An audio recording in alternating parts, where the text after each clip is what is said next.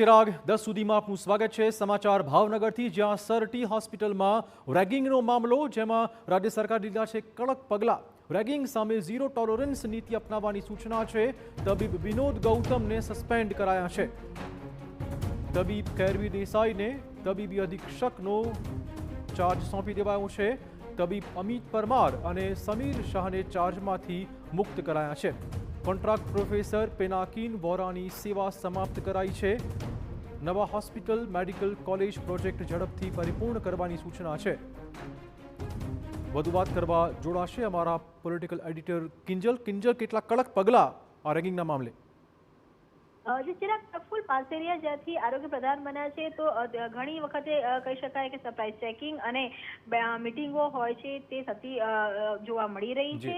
સટી હોસ્પિટલની વાત કરવામાં આવે તો ત્યાં ન માત્ર કેટલીક રેગિંગ, પરંતુ જે દર્દીઓ હોય છે તેમના સગાવાલાઓ સાથે પણ અયોગ્ય વર્તન હોવાની પણ સતત ફરિયાદો હતી તે આવતી હતી। તેને લઈને પણ આજે બેઠક થઈ હતી અને રેગિંગ સામેની કડક કાર્યવાહી છે તે કરવામાં આવી છે। જેમ આપણે પણ જણાવ્યું તે પ્રમાણે અધિક્ષક તરીકે વધારાનો હવાલો છે તે ડોક્ટર અશોક વાડા અને સોંપવામાં આવ્યો છે। અશોક વાડા અને ચાર્જમાંથી મુક્ત કરવામાં આવ્યા છે અને કેવી દેસાઈને વધારાનો હવાલો છે તે સોંપવામાં આવ્યો છે। સૌથી વધારે ફરિયાદ એચઓડી ડોક્ટર વિનોદ ગૌતમ, કે જે ઓર્થોપેડિક વિભાગના છે, તેમને તાત્કાલિક સસ્પેન્ડ કરવામાં આવ્યા છે। તેની સાથે જ મેડિકલ કોલેજના એડિશનલ ડીન છે અમિત પરમાર, તેમને પણ ફરજ પરથી મુક્ત કરવામાં આવ્યા છે। કોન્ટ્રાક્ટ પ્રોફેસર હતા ડોક્ટર પિનાકીન વોરા, તેમને કરાર આધારિત સેવાઓ હતી તે પણ સમાપ્ત કરવામાં આવી છે। અને PMSSY બિલ્ડિંગના જે નોડલ ઓફિસર હતા ડોક્ટર અમિત શાહ, તેમને પણ ચાર્જમાં તાત્કાલિક હટાવવામાં આવ્યા છે। આ તમામની સામે અનેક યાદો હતી તે મળી હતી, જેની તપાસ રીતે કરવામાં આવી હતી, જેના અંતે આ નિર્ણય લેવામાં આવ્યો છે અને ઝીરો ટોલરન્સ સરકાર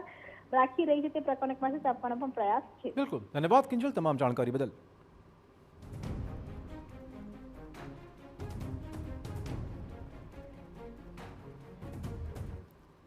અમદાવાદના એરપોર્ટ